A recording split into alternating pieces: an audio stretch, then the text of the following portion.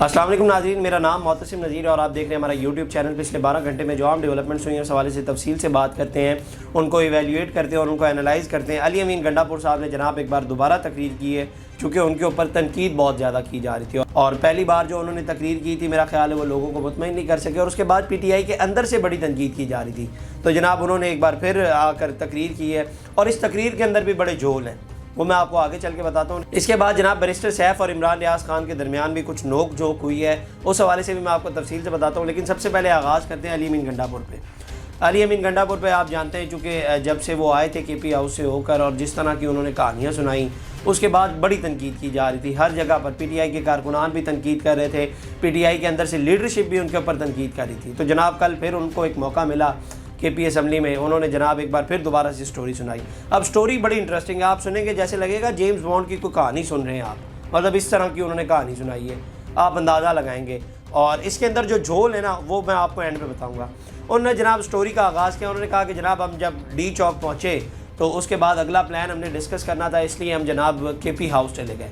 तो वहाँ पर हम बैठ के अभी अगला प्लान अब डिस्कस ही कर रहे थे, तो वहाँ पर जनाब रेंजर्स और पुलिस ने धावा बोल दिया। जब रेंजर्स और पुलिस ने धावा बोला तो मेरे सिक्योरिटी गार्ड्स के साथ हाथापाई हुई, मेरा मोबाइल फ़ोन उन्होंने ले लिया और उसके बाद जनाब मैं पीछे गया तो एक गार्ड का उन्होंने नाम भी लिया, तो उन्होंने जनाब मुझे ना एक शेड के ऊपर छुपा दिया। उसके बाद जनाब मैं 3 से 4 घंटे उस शेड के ऊपर बैठा रहा। उसके बाद मैं निकला और वहाँ से निकलते निकलते मैं KP असम्बली पहुँचा। अब आप अंदाज़ा लगाएं कि इसके अंदर झोल क्या है। इसके अंदर झोल ये है कि जब पुलिस और रेंजर अंदर दाखिल हुई और जब वो इनके मोबाइल फ़ोन तक उनकी एक्सेस हो गई या इनके गार्ड्स तक उनकी एक्सेस हो गई, तो आपको क्या लगता है कि इन तक उनकी एक्सेस नहीं होनी थी या इनको वो गिरफ़्तार नहीं कर सकते थे इस दौरान? और इंटरेस्टिंग चीज़ जो है, अब इस दौरान बैरिस्टर गौहर साहब जो हैं वो 3 बार KP हैं, आप अंदाज़ा लगाएं। तो जब वो पहली बार बाहर निकले तो मीडिया ने उनसे बात करने की कोशिश की, उन्होंने गाड़ी का जो शीशा है वो ऊपर कर दिया, वो आकर बता देते जनाब अली अमीन गंडापुर नहीं मिल रहे, या वो जो दावे किए जा रहे थे कि PTI की जानिब से कि अली अमीन गंडापुर को गिरफ़्तार कर लिया गया है या फस्तायत तो हो रही है, अली अमीन गंडापुर पर एक वज़ीर के ऊपर जुल्म हो रहा है, जो इस तरह की बातें की जा रही थी, तो बैरिस्टर गौहर साहब बाहर आके बता देते कि जनाब वो तो अंदर हमें मिले नहीं है। और फिर एक बार नहीं, फिर 3 बार वो अंदर आए और तीनों बार उन्होंने कुछ भी नहीं बताया। और इंटरेस्टिंग बात यह कि जब इतना बड़ा ऑपरेशन KP हाउस के अंदर चल रहा था बकौल अली अमीन गंडापुर के कि जनाब रेंजर्स और पुलिस ने धावा बोला था और अंदर ऑपरेशन हो रहा था, तो बैरिस्टर गौहर साहब को अंदर आने की इजाज़त कैसे मिली? ये भी एक सोचने वाली बात है कि जब इतना बड़ा अंदर ऑपरेशन चल रहा था तो कि जनाब वो PTI के चेयरमैन है वो आए मिलने के लिए, तो उनको अंदर आने की इजाज़त इसलिए दे दी गई होगी, वो कैसे अंदर आए? और फिर जब वो 3 बार बाहर निकले तो उन्होंने जिक्र भी नहीं किया। हालांकि इसके बाद बैरिस्टर गौहर साहब चेयरमैन है, PTI के ऑफिशियल अकाउंट से ये ट्वीट किया गया कि जनाब अली अमीन गंडापुर को किडनैप कर लिया गया है। और उसके बाद बैरिस्टर गौहर साहब उसी रात काशिफ अब्बासी साहब के शो पे बैठे हुए थे, तो उन्होंने तो वहाँ पे भी जिक्र नहीं किया। उन्होंने कहा कि जनाब मैं जब पहली बार बाहर निकला तो उसके बाद जब मैं आगे गया तो आगे रास्ते बंद थे, इसके बाद मैं दोबारा जनाब KP हाउस आ गया और इसी दौरान वो 3 बार KP हाउस है, उन्होंने जिक्र नहीं किया अली अमीन गंडापुर कहाँ पे थे। अच्छा जी, इसके बाद अली अमीन गंडापुर ने कहा कि जनाब मैं जब 4 घंटे बाद शेड पे बैठा रहा, उसके बाद मैं बाहर निकला, हमने एक गाड़ी का इंतज़ाम किया हुआ था और वहाँ से जब मैं मारगला की पहाड़ी उतरा, वहाँ से नीचे उतरे और हमने पत्थर मारे 3-4 गाड़ियों को, और जब एक गाड़ी को पत्थर लगा और जब हमने देखा करीब जाके वो वही गाड़ी थी जिसको हमने इंतज़ाम किया हुआ था। भाई वाह क्या बात है, ये कोई जेम्स बॉन्ड की कहानी है सुना रहे हैं, जैसे लग रहा है कि जनाब ये मारगला की पहाड़ियाँ उतरे और वहाँ से इन्होंने पत्थर मारे और वही गाड़ी रुकी है जिसका इन्होंने इंतज़ाम किया हुआ था। मतलब अब लोगों को आप बेवकूफ़ समझते हैं या क्या समझते हैं, मुझे समझ नहीं आ रही कि इस तरह से कहानी सुनाना और इस तरह से कि जनाब जिस गाड़ी का आपने इंतज़ाम किया हुआ था, 4 गाड़ियों को आपने पत्थर मारा और वही गाड़ी रुकी जिसका आपने इंतज़ाम किया हुआ था। भाई वाह क्या बात है। इसके बाद इन्होंने कहा कि जनाब उसके बाद वही जो रूट इन्होंने बताया कि मैं मानसेरा, एबटाबाद और उसके बाद सवात और वहाँ से पेशावर आया और उसके बाद मैं KP असम्बली पहुँचा और मेरे पास MTech की पर्चियाँ भी मौजूद हैं। और इस दौरान इन्होंने कहा कि जनाब मेरी एक DPO से भी मुलाकात हुई, DPO का मैं नाम नहीं लेना चाहता, उन्होंने मुझे नाश्ता भी करवाया। मैंने उनसे सिक्योरिटी की दरख्वास्त की तो उन्होंने कहा कि जनाब मैं इस बात की ज़िम्मेदारी नहीं लेता कि मैं आपको सेफली KP असम्बली तक पहुँचा सकूँगा। अब इस सारी कहानी के अंदर ना झोल कहाँ पर है? झोल देखें आप, नज़र आ रहे होंगे कि जब रेंजर्स अंदर आई तो इनसे फ़ोन तक उनकी एक्सेस हो गई लेकिन इनको गिरफ़्तार नहीं किया। बैरिस्टर गौहर साहब अंदर आए, उन्होंने बाहर निकल के जिक्र नहीं किया। पहली बात है बैरिस्टर गौहर साहब अंदर कैसे आए जब इतना बड़ा ऑपरेशन अंदर चल रहा था, सवाल है कि ये भी। और उसके बाद जनाब वो गाड़ी जो इन्होंने रोकी जो जेम्स बॉन्ड की तरह, इन्होंने कहा कि जनाब 4 गाड़ियों को मैंने पत्थर मारा और वही गाड़ी रुकी जिसका जनाब हमने जिसका इंतज़ाम किया हुआ था। अब यहाँ से अंदाज़ा लगाएं कि ये किस तरह की इन्होंने कहानी सुनाई है। हाँ, गाड़ी के अंदर ये आए, ये जो मैंने एनालाइज़ किया है, जो नज़र आ रहा है गाड़ी के अंदर ये आए, और ये जो एमटेक की पर्चियाँ ये भी इनके पास होंगी, लेकिन ये इस्टेब्लिशमेंट के साथ राब्ते में थे और उनके इस्टेब्लिशमेंट के साथ लिंक्स भी हैं। इसके बगैर नहीं हो सकता। अगर आपके मोबाइल तक उनकी एक्सेस हो गई तो आप तक क्यों नहीं एक्सेस हुई। और पीटीआई के अंदर दीगर भी जो इस्टेब्लिशमेंट के साथ राब्ते में उनके ऊपर एक टैग लगा दिया जाता है, उनको एक क्लीन चिट मिल जाती है, और जो दीगर नहीं है उनको जनाब खुडे लाइन लगा दिया जाता है। ये शुरू से चलता आ रहा है। अब ये बात ये मानेंगे नहीं, क्योंकि इसके बाद जारी बात है इनके ऊपर बहुत सी बातें की जाएंगी, बहुत सी तनकीद की जाएगी। ये बात ये इसलिए तस्लीम नहीं कर रहे। इंटरेस्टिंग बात जो है, इन्होंने जनाब जब ये कल KP असम्बली में तकरीर कर रहे थे, अपना जो सारा नज़ला था ना वो IG इस्लामाबाद के ऊपर फेंक दिया, पहली तकरीर के अंदर भी और दूसरी तकरीर के अंदर भी। अब जनाब मैं एक बात सोच रहा था कि PTI ने जब इनकलाब शुरू किया था तो उसके बाद जनाब आर्मी चीफ़ के ऊपर वो बातें करते थे। इमरान खान साहब कहते थे कि जनाब ये जंगल का कानून चल रहा है, और बहुत से लक़ब आर्मी चीफ़ को इन्होंने दिए, और उसके बाद DGI SI के ऊपर आए, और उसके बाद जनाब अब एक IG के ऊपर आ गए। अली अमीन गंडापुर कह रहे थे कि जनाब इनको माफ़ी मांगनी पड़ेगी, ये वो इसको तब्दील करना पड़ेगा और फलां कहा, जैसे अली अमीन गंडापुर बातें करते हैं। और आप अंदाज़ा लगाएं कि एक आर्मी चीफ़ से चलते चलते एक DGI SI और उसके बाद IG के ऊपर आ गए। मैं किसी से बात कर रहा था, मैं उसको कह रहा था कि अगला जनाब जो पड़ाव होगा ना वो SHO का होगा, और वो SHO के ऊपर जनाब अली अमीन गंडापुर बात करेंगे। एक सूबे का वज़ीर एक SHO को कह रहा होगा कि जनाब इसको तब्दील करना पड़ेगा। आप अंदाज़ा लगाएं कि किस हद तक बातें आ गई हैं। और इन तमाम तर चीज़ों के अंदर आपने एक चीज़ नोटिस की है कि जनाब जो नए DGI SI हैं उन्होंने जब ओहदा संभाला था तो उनको ये पहला टास्क दिया गया था, और उनके बाद देखा एहतजाज के अंदर जिस तरह से गिरफ्तारियाँ हुई, और PTI की जानिब से कहा जा रहा था कि जनाब फस्तायत हो रही है और जुल्म हो रहा है PTI के ऊपर। एक लफ्ज़ नहीं निकला अली अमीन गंडापुर की ज़बान से मोहसिन नकवी के हवाले से, एक लफ्ज़ नहीं निकला अली अमीन गंडापुर की ज़बान से DGI SI के हवाले से। ये सारे रंग कैसे बदल रहे हैं, ये आसमान का रंग कैसे बदल रहा है, आपको क्यों नहीं समझ आ रही। मतलब ये आवाम को बेवकूफ़ समझते हैं या पता नहीं क्या समझते हैं कि ये जो भी कहानी आके सुनाएंगे या जो भी बातें आकर करेंगे वो आवाम मान लेगी।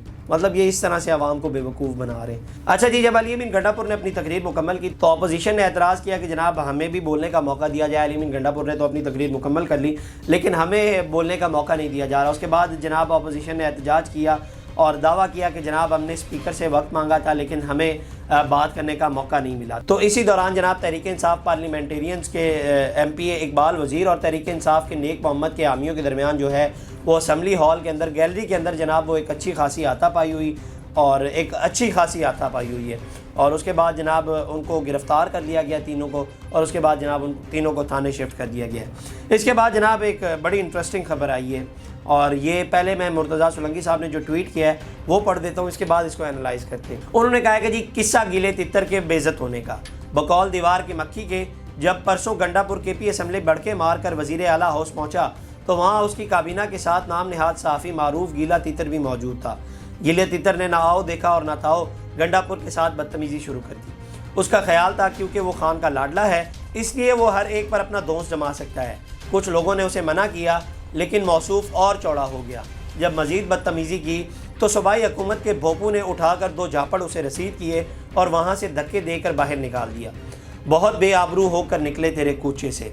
ये बेसिकली मुर्तज़ा सोलंकी साहब ने एक ट्वीट किया है, और इसके अंदर अब वो जो बात कर रहे हैं ना ये इमरान रियाज़ खान के हवाले से बात करें, और इस तरह के लक़ब वो इमरान रियाज़ खान को ही देते हैं। और मैं शुरू से इसके हक़ में नहीं हूँ कि इस तरह से किसी सहाफ़ी के बारे में बात करनी चाहिए।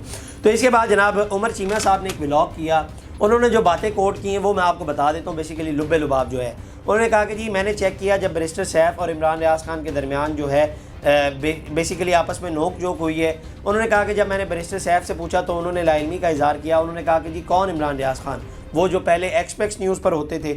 और उसके बाद उन्होंने कहा कि जी उन्होंने ऐसे शो किया जैसे वो इमरान रियाज़ खान को जानते ही नहीं है। उसके बाद जनाब उन्होंने इमरान रियाज़ खान से चेक किया तो उन्होंने कन्फर्म किया कि उस दिन उधर गए थे वो वज़ीर आला हाउस जहाँ अली अमीन गंडापुर बैठे हुए थे, वहाँ उनका इनकाउंटर बैरिस्टर सैफ के साथ हुआ। और इशू बेसिकली ये था कि उस बयान के मुतालिक जो उन्होंने भारतीय वज़ीर ख़ारजा जयशंकर से मुतालिक दिया था, तो इमरान रियाज़ खान ने बैरिस्टर साहब से बयान से मुतालिक पूछा तो उनको अच्छा नहीं लगा शायद उनका पूछना, और उन्होंने सख्त ज़ुबान इस्तेमाल की और उन्होंने भी आगे से कोई जवाब दिया। फिर बैरिस्टर सैफ को कुछ लोग उधर से ले गए और उनकी गंडापुर से मुलाकात हुई, और फिर गंडापुर ने जनाब बैरिस्टर सैफ को बुलाकर इन दोनों के दरमियान जो है वो सुलह करवाई। और इमरान रियाज़ खान साहब ने इन बातों की तदीद की है जो ये थप्पड़ रसाई कर दी और ये जो दीगर बातें। अलबत्ता इमरान रियाज़ खान साहब ने ये कहा है कि जनाब हमारी तल्ख़ कलामी हुई है, तो ये थी जनाब उसका बैकग्राउंड जो इमरान रियाज खान के हवाले से कहा जा रहा था और जो क्या सराहियाँ सोशल मीडिया पर की जा रही थी। इसके बाद जनाब पाकिस्तान तहरीक इंसाफ ने जो मज़ीद जो एहतजाजी मुजाहिदे करने उसका फ़ैसला कर लिया है और उसके लिए जो शहरों का इंतखाब है वो भी कर लिया गया है, जिसके अंदर मुल्तान, फैसलाबाद और दीगर जो शहर हैं उनका फ़ैसला कर लिया गया है। और इन फ़ैसलों के अंदर जनाब जो बड़ी अहम डेवलपमेंट हुई है वो ये हुई है कि जनाब जो ये एहतजाजी मुजाहिरों की क़यादत जो हैं वो वज़ीर आला खैबर पख्तूनख्वा अली अमीन गंडापुर नहीं करेंगे जनाब। तो ये एक बड़ी अहम डेवलपमेंट हुई है। इसके बाद जनाब PTI अरकान पार्लियामेंट के किसी इज्तिमा या मुजाहरे में शिरकत पर पाबंदी आयद कर दी गई है और ये पाबंदी जनाब बैरिस्टर गौहर की जानिब से आयद की गई है।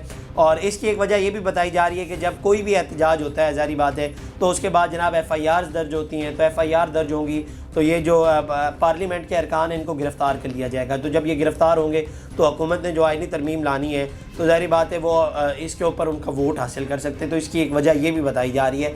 तो इस वजह से जनाब जो है PTI के जो पार्लियामेंट के सारे अरकान हैं उनको जनाब किसी भी एहतजाजी मुजाहरे में शिरकत पर जो है वो पाबंदी लगा दी गई है। इसके बाद आगे आ जाते हैं जी। बिलावल भुट्टो साहब कल रात को महर बुखारी साहिबा के शो में आए हुए थे और उन्होंने कुछ लब कुशाई की है। उस हवाले से मैं थोड़ा सा आपको बता देता हूँ। उन्होंने कहा कि जी 25 अक्टूबर तक आइनी तरमीम ना ज़रूरी है ना मजबूरी है।